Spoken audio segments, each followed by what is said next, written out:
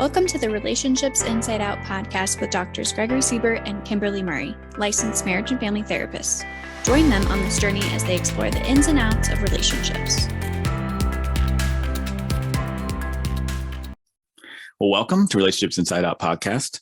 Today, we're going to talk about attachment and how it pertains or shows itself in adult relationships. I think let's first start by defining what is attachment. What does it even mean? Because it's chucked around a lot.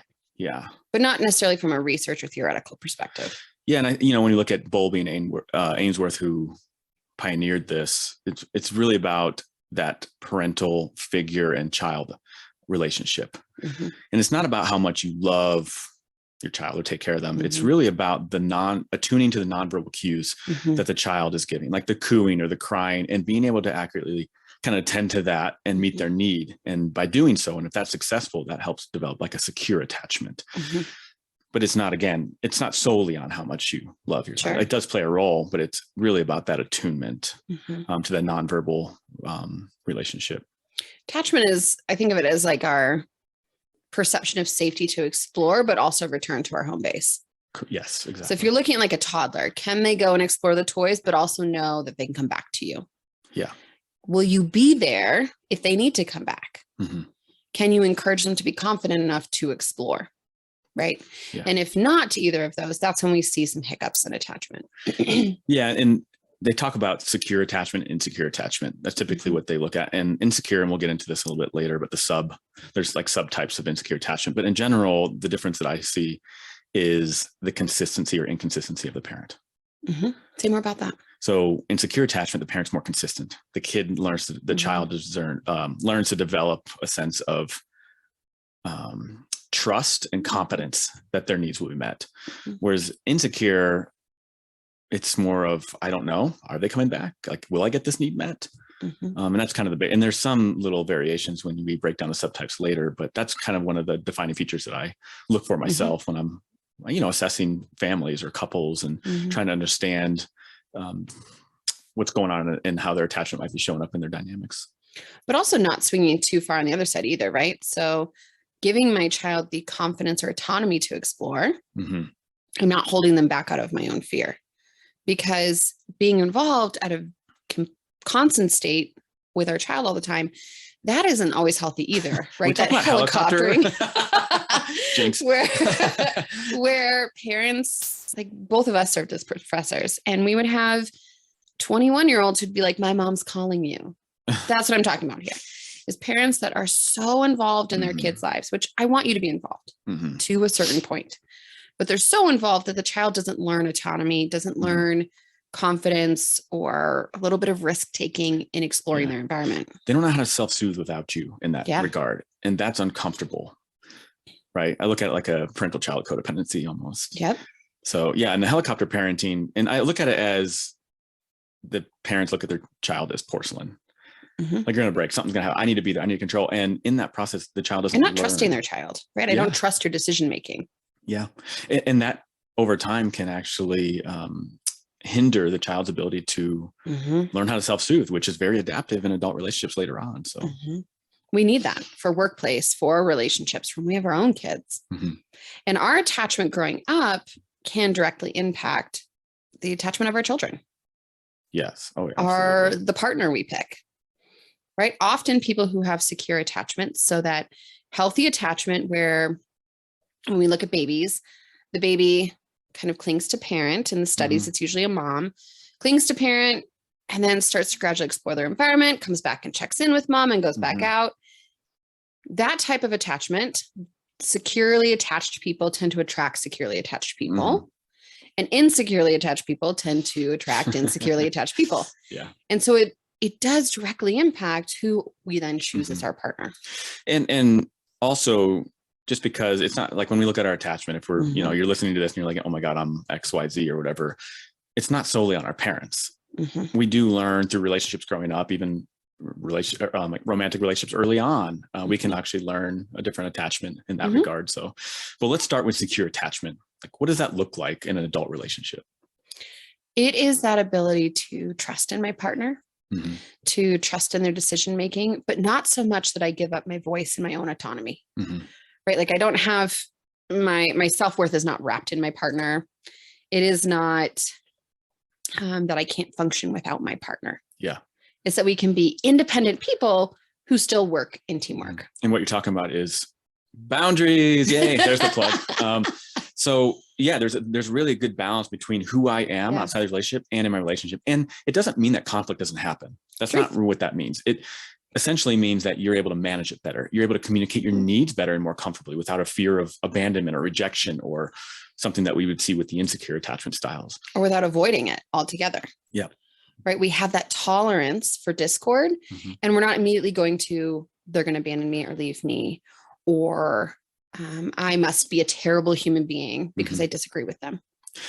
Yeah. And so there's a lot of great things happening with secure attachment in terms of how they work in adult relationships, the communicating the needs, having that balance of their own identity outside the relationship, but also in the relationship and meeting those needs, right? They're not completely avoidant, or they're not overly involved. And with the parent, we typically would see that this parent is more consistent. We don't mean overindulging and helicoptering consistent, but consistent in a way that there's like a secure sense of I'm safe. I think about with my kids, I'd like to believe I'm fostering secure attachment in them, but I think about, say, my youngest, right? If she falls down, do I completely ignore her and tell her to brush it off? That does not foster secure attachment. I'm here to tell you the don't cry method does not work. But I tune to her of, wow, that must have been painful for your knee, whatever it is, right? But also not standing behind her every time she climbs a jungle gym and leading to her questioning her own body and her own choices, right? It's a balance of both. It's letting her lead in pretend play, letting her lead in where we walk and what we do, so that she builds that confidence to make that autonomous choice while still knowing I might be walking with her. Yeah. And I think you captured that nicely. It's this balance of, I have confidence that I can self-soothe, but I also have confidence that I can turn to X person, partner, or in that case, parent, and also get my needs met. And have a secure base. Yeah. A safe haven. As the name of your as the name of my practice. Yes. And I see that show up with partners, right? So like my husband, can he meet with female coworkers for lunch? And can I be okay with that? Can I trust that it's just a lunch with a coworker who happens to be a female? Or am I sitting there thinking, oh gosh, like he must be cheating on me, whatever it might be. Am I getting angry? Am I pushing him away? If he wants to do things in his own hobbies, if we have differences of opinion, can I tolerate those spaces without it devastating my self-worth or his? Yeah. And now we're kind of getting into the subtypes of insecure. So let's go over them. So we have the anxious attachment, we have avoidant attachment, and disorganized. You're kind of talking about the anxious there. So let's kind of define that a little bit. So with the anxious, it is, I'm trying to think of a good way to describe it. How would you describe it, Greg? So I think about it as, they're often described as the clingy and needy partner. Yeah. Good point. They're very anxious about the space because they're not, if I think about it as a child, they're not confident that caretaker is going to come back. In an adult relationship, they're not confident that their partner is going to meet their need. So there's constant anxiety around, is that going to be met or not? And you see that in kind of this pursuit, right? This pursual of, I'm continually pursuing my partner because I need to make sure that they're there. And this is where you do get the jealousy. You do eggshells. Walking on eggshells and trying to control it a little bit so they feel a little bit more safe in that relationship. But it really comes down to this lack of trust in that need being met. And again, it comes off as potentially this clingy or jealousy, questioning. Again, that lack of trust. Trust is foundational to any attachment relationship we have. Yeah. And I look at it from, like, when you look at as a child, the parent in this case would probably more likely still show love, but very inconsistent. Yeah. Right. Maybe I attune to you sometimes when you fall, and other times I yell at you or berate you or ignore you. And so we don't know when we're going to have that secure base and when we won't have that secure base. Yeah. And I see this one a lot in the relationship dynamic. If we go back to some previous episodes when we talked about conflict interaction cycles, right? Yeah. The most common is pursue or distance, where one partner pursues, which shows this criticism or this anxiety of jealousy, and the other one distances, which we'll talk here in a little bit. But this one comes up a lot in terms The of pursuer. the pursuer, right? That anxiety. And it's tough because you're drawing from this very unconscious experience as a child of, I can't trust that when I am intimate with somebody, that's going to be consistent. Yeah. I'll hear partners even say, because we do a lot of couples work, and I'll hear partners say, like, you hold me accountable for what your ex-boyfriend did or for what your mom did. I'm not your mom. Right. And it's not as simple as just forgetting what mom or ex-boyfriend did. Yeah. But it does shape how then we trust future relationships. Yeah. And I'll see this with clients who they'll try to manipulate their partner just being in the relationship. Like, how does that show up? So I'll give an example. It would be like the partner with anxious attachment would say, like, if I don't feel the support from you, then I'm just going to go into severe depression, right? Some manipulation to try to make sure that there's some sense of control. If you loved me, you would. If you love me, you would. And this is the attachment style you see a lot of codependency with. So we go back to the boundary thing. Secure attachment, very healthy boundaries. Anxious attachment, not so much. The relationship tends to become a part of their identity and their self-worth. And their self-worth is contingent upon how they're being treated in the relationship, which often is perceived. Yeah, right. True. So, and I guess an example would be, we go back to that pursuer distancer. With this anxious attachment, I tend to pursue more. Well, the partner is going to naturally distance when it gets uncomfortable. And that perception of, well, they don't care. Right. So there you have that perception of how you're being treated. Well, then I must not be good enough. Because so then I try to hold on more. Right. Then I pursue more and get clingy and needy. Yeah. I think of it as like a very fragile state of being. Yeah. Right. That the boat is easily rocked and then we panic. Yeah. And these partners will, sometimes I see it come up as, I need my partner to constantly say, do you love me? Do you love me? Can you just tell me I love you? And they're seeking that kind of consistency and whatnot. So. And validation is important, but it cannot be the totality of our self-worth is that external validation.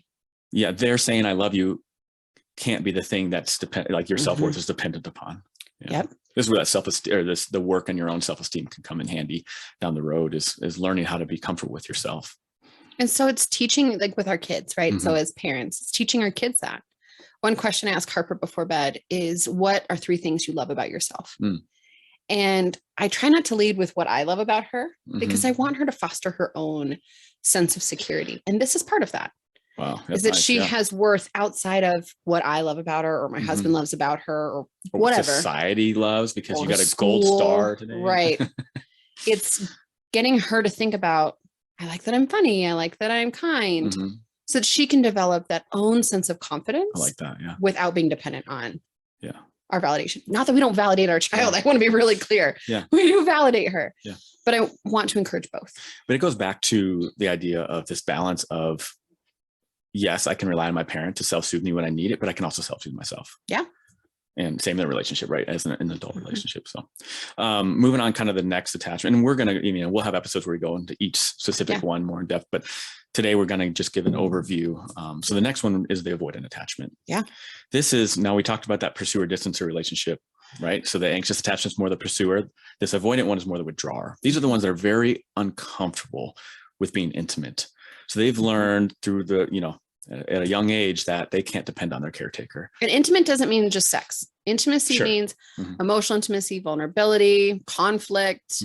It means any type of like showing a little bit more of myself than just the face I put on. Yeah. Good point. And then here in the parenting, they don't trust the parent will come back. This is where you might see a little more neglect.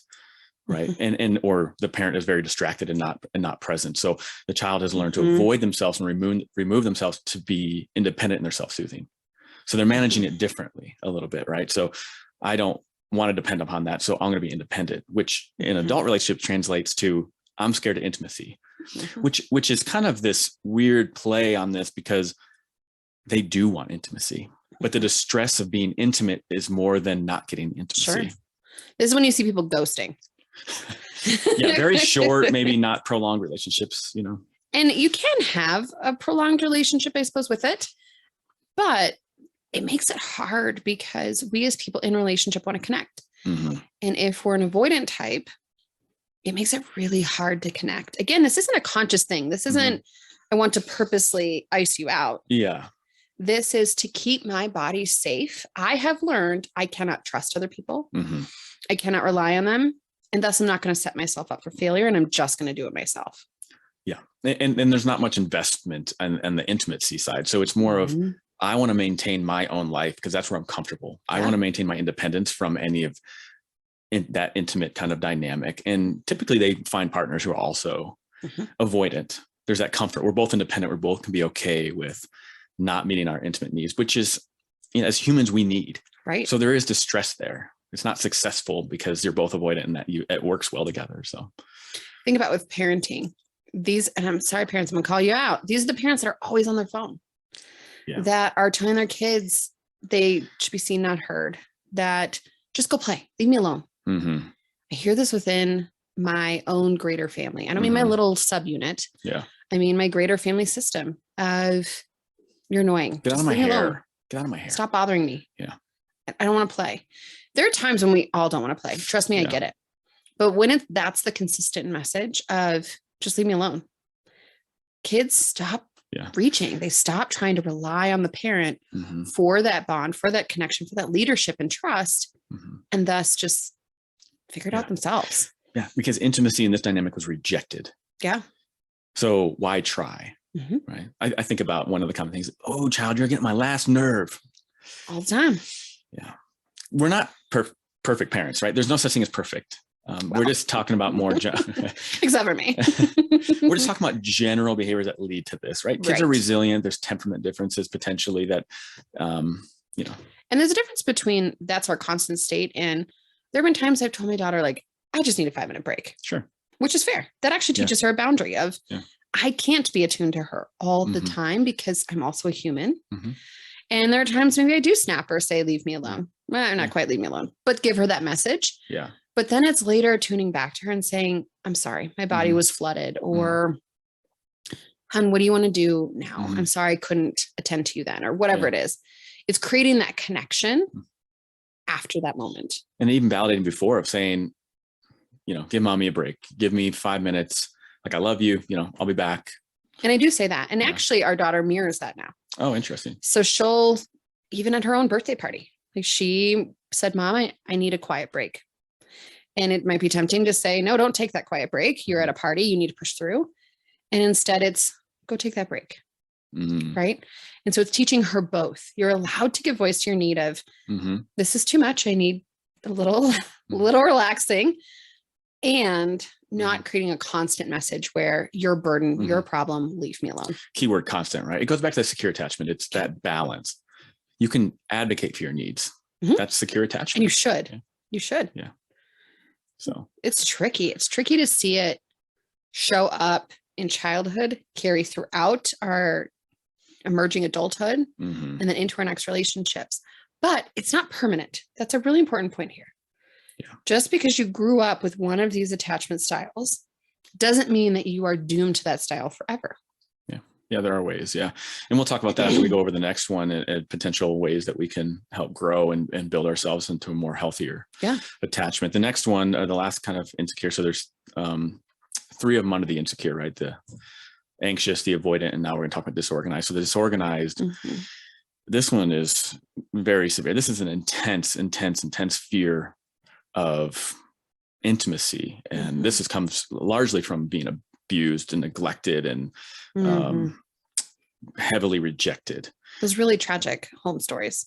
Very, very. So in the adult world, we see this as this extreme intense love and extreme intense hate. And often they don't feel like they're worthy of being loved. And this shows up in a lot of the aggression, and they might even mimic the abusive behaviors that they experience as well. This is kind of the norm for them. So it's I want you to come close, I think, maybe, sort of. But when you do come close, I might bite you. Yeah. But then I want you to come back. Well, kind of, maybe I do. And it's this really, I think of it as being really unsure of, I think this is what I want. Yeah. And I'm really scared. And I don't know if I can trust you. And I'm going to protect myself because I have to. Hence, there's an intense fear of being hurt again. Yeah. And this goes back to disorganized. Now let's see how this plays out in the parent-child. So the parent, the child probably experiences the parent with disorganized attachment. Yep. So they're confused. They get this extreme like love and hate, or this love, and then all of a sudden like hate and rejection and abuse. Yeah. There's no consistency in abuse. It might come off as abuse. And so there's a lot of confusion of, well, am I loved? Like I'm not worthy of it because of the abuse, but there's just a lot of mixed people messages. Who love me also hit me, also hurt me.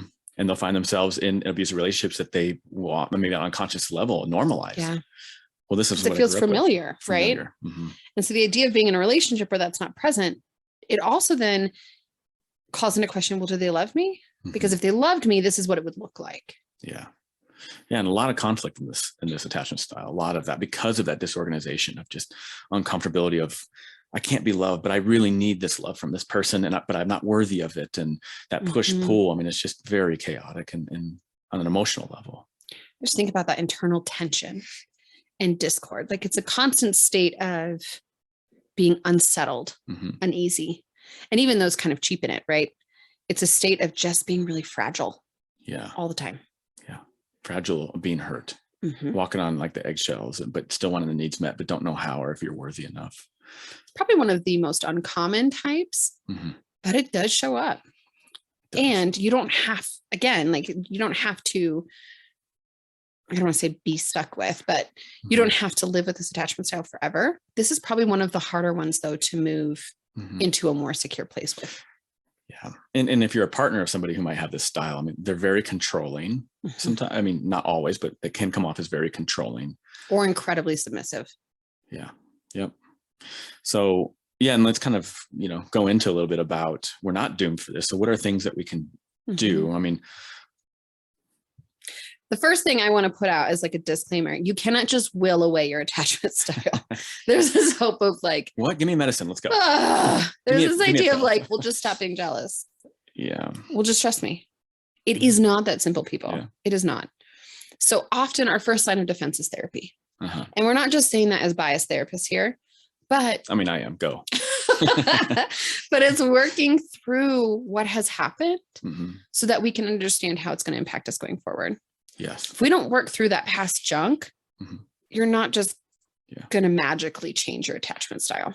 Yeah. And it could be individual therapy where you're working on, what you're talking about, or it could be couples where you're learning skills to better attune, to learn how to improve your nonverbal communication skills. To learn what your current triggers are. Yeah. So that we can address them in a healthy and loving way rather than just trying to white knuckle through them, shove them down, avoid them. Yeah. And even in couples work, there's going to be individual work. Because you need to work on your self-esteem. Yep.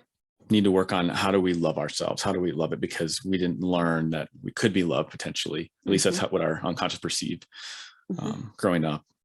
And the other thing is outside of therapy is if you have a partner who has a healthy attachment, over time, it can help soften or ameliorate your own attachment style. So you learn those skills, right? I'd like to think that's true in like my marriage. My husband has a very secure attachment. His parents are very supportive. He comes from a much different background than I do.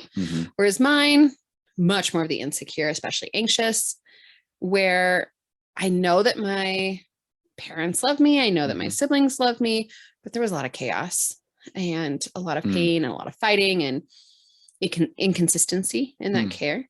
And I brought that into our marriage. He did the slightest thing and my brain went to, oh, he's cheating on me. He hates me. He's going to leave me. When inside he literally was just going to get milk. Like it, it really wasn't anything. And now I've gotten to a place where I'm much more secure. Yeah. And that we've been together for almost 17 years. Yeah. This is another big piece. It's not going to happen overnight. Yeah. This took time. It took a lot of patience from my partner to get curious with what was going on for me, to try to adapt a little bit, but also to challenge me to do something different. But you also did self-work. It wasn't dependent upon your partner. True. Like you're not dependent on your partner to fix this, right? Yeah. In those 17 years. We don't want to rely on our partner to fix us. We need to do our own work, but it's very helpful when you're doing your own work and you have a partner who's already engaged in very healthy styles and stuff. So good point. Good point. Right. And if I hadn't have changed that, how would that impact my kids now? It's interesting, right? Or I think about like my relationship with my dad now, or with some of my siblings now. Now I have the ability to set boundaries, to set limits. And some of those relationships didn't respond well to that. And we know that that's a risk and that's okay. And other ones, it's made it a heck of a lot healthier relationships. And it's also started to show them what secure attachment looks like. So it has this profound ripple effect. That's not just between me and my husband. It's with my kids, with my in-laws, with my parents, like it goes the friends I choose. Yeah. And it goes back to boundaries. And by setting those boundaries, whether the other person wanted that or not, they're forced to have to live with them because of the boundaries you've put up. Yep. And they're healthy boundaries. They're not unreasonable. Healthy. Yeah. It's boundaries of respect, right? Yeah. And it kind of goes to a little bit about, what causes this attachment. We talked a lot about parenting. So parenting is a big piece of this. You got to be like, if the parent is abusing, which could be a neglect, it could be sexual, it could be emotional. We also have, if they're using drugs, parents who are using substances is a big one. A big one, because a lot of, like alcohol, it's so normalized. And if somebody's not controlling their, intake well, they could be not present. And if you're not present because you're, under the influence, you're not being able to attend to that what we talked about in the very beginning, that nonverbal communication by the infant for their need. So you can't meet that need because you're not attuning. Or sometimes I'm sober, so I can be attuned. And then other times I'm wasted, so I can't be attuned. Inconsistent. Yeah. And it's, when is my parent going to be sober? Or when are they going to be there for me? When are they not? And if the parent gets blackout, drunk or intoxicated, aggressive, and they don't remember what the conversations were like. And then the child feels like, especially when they're verbal at this point, they don't feel like their needs were ever important. So that's a big one. And even on a very I guess just minimal level of just being a new parent, not having the skills, right? Do you have a system or village around you to support you through that? Or do you feel like you're drowning the entire first year? Yeah. The one that I see, especially with new parents, is that helicopter. That overindulgence of, I need to be there and control everything because my child is porcelain. That's the one I see the majority of the time. That it doesn't mean that it's 100% predictive that your child is going to have an insecure attachment, but it's not a good choice either. It's not. Yeah. And so it's finding that balance, right? Of course, our new babies are fragile to some degree. Absolutely. And here's a hint. It's okay that they cry a little bit. It's okay. Yeah. And it's okay. It's okay if they cry for a couple minutes. What? Now, as a parent, I totally empathize, because that cry for 2 minutes feels like 18 years. God. Literally, my husband had to hold me down at one point when we were doing modified cry it out. Terrible. Anyway, it's finding that balance, right? Yeah. Finding that tolerance. We also see attachment shaped by our friendships or romantic partnerships. So if I enter into friendships that kind of pull on my self-worth, that belittle me, same with partnerships, abusive partnerships, even someone who had a secure attachment growing up, if they get into a committed relationship that, especially over time, becomes coercive, manipulative, abusive, that secure attachment can actually become insecure. In that context, in the romantic context. Yeah. And then subsequent relationships, if we get out of them, right? Because now it's the assumption of, was my next partner going to do this to me? Why? Maybe I deserved that. Maybe that's my worth. Yeah. And it's very complicated. Again, this isn't something you get a pill for. Yeah. It's something we have to learn about and be aware of for ourselves, and figure out how we can improve, some aspect of our life that we weren't getting, or we found like a maladaptive kind of response to, if we weren't getting our needs met, whether as a child or in a romantic relationship. So therapy. I also have, for people who are working on some of this trust or attachment, doing some cognitive coaching. So challenging my thoughts. Are my thoughts realistic? My husband's going to get milk. He's really just going to get milk. So can I challenge my thought of, oh, he's meeting another woman and all the things, and pause my brain and ask myself, is he really, or is he just getting the milk? Yeah. That doesn't mean, let me track my partner's phone on their iPhone or whatever, because that's a slippery slope to now. Or going through their phone. People don't do this. Yeah. Anyway, that actually kind of falls in the realm of domestic violence, depending on where that gets carried to. So yeah. And so it's challenging my thoughts. Are they realistic? Are they rational? Are they specific to that person? Right? Yeah. What evidence do you have that that's going to happen? Well, my parent, okay, this isn't your parent, or this isn't your previous partner. And I think a very important question is, if you're getting into a new relationship, how is this person similar or different than the people I have been seeing before? Because if we keep on an unconscious level being attracted with similar attachment styles that we're used to, that we're comfortable with, even though they're not healthy, are you going to expect a different outcome? Truth. That tells you if you keep attracting the same kind of partner, do some work before you get into the next partnership. Again, law of attraction here. We attract what's comfortable or familiar for us. And comfortable and familiar doesn't mean healthy. Exactly. It means what I'm used to. So if I'm not doing that individual work, I'm going to keep attracting that same type of partner. And doing that individual work and even couples work means leaning into the uncomfortable parts that you're not wanting to. Like I think about the avoidance, you're leaning into the intimacy. Yep. And you're kind of exposing yourself to being uncomfortable with the intimacy and learning to hopefully desensitize a little bit to, okay, I was vulnerable with my partner and it was safe. Like nothing happened. But very gradual. You're not going to like flood yourself and just jump into it and be like, you're my everything. And now we're codependent. Hello, codependency. Yeah. But it's also, if you are doing this in couples, not just, okay, my partner's got to accommodate me. It's creating tolerance for myself to do my own work. Yes. It isn't as simple as, well, if my partner just told me where he was going and called me every 5 minutes, then I wouldn't have this problem. It's doing my work and being willing to face my own demons, my own struggles, so that I can be more secure in my attachment to that partner. Yeah, absolutely. And this is easier said than done on a conceptual level, but just to kind of break it down as simple as possible is on the couple level, you want to have that perfect balance of I have my identity outside this relationship and I'm comfortable with that.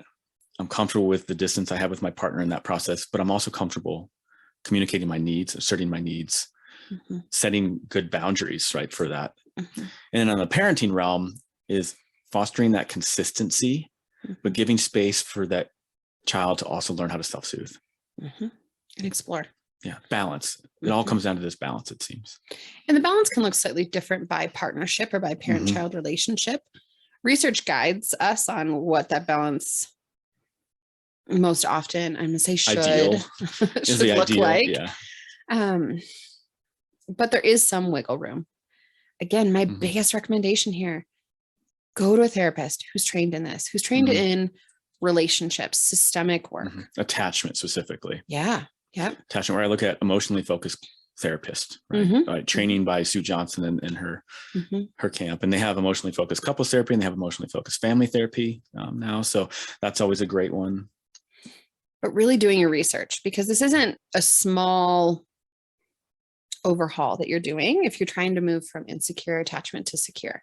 It takes time. It takes time. And it's a decently big change, big shift. It changes our brain chemistry, the way we think, the way we speak, the way we interact. It's not a small movement.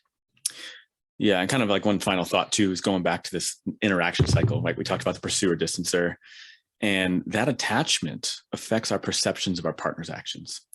So if I'm anxiously attached because I don't trust that my needs will be met, that partner, like your partner saying withdrawing, that perception is, well, they're not going to want to meet my needs because I'm not worth it. Right? Your attachment actually affects your perceptions of your partner's behaviors, which then affects how you manage that. And if you're anxious, you pursue. If you're avoidant, you withdraw. So. I could go on and on about this because it underlines everything that we do. It underlines our ability to get feedback at work, to parent, to have friendships, partnerships, family relationships, our ability to love ourselves, love our body, you name it. It interacts with everything that we do. Well, this has been Relationships Inside Out, where we dive into all things relationships. We thank everyone for joining. And as always, if you have any questions, feedback, topic suggestions, feel free to email us at relationshipsinsideout@gmail.com. Thanks. Thank you.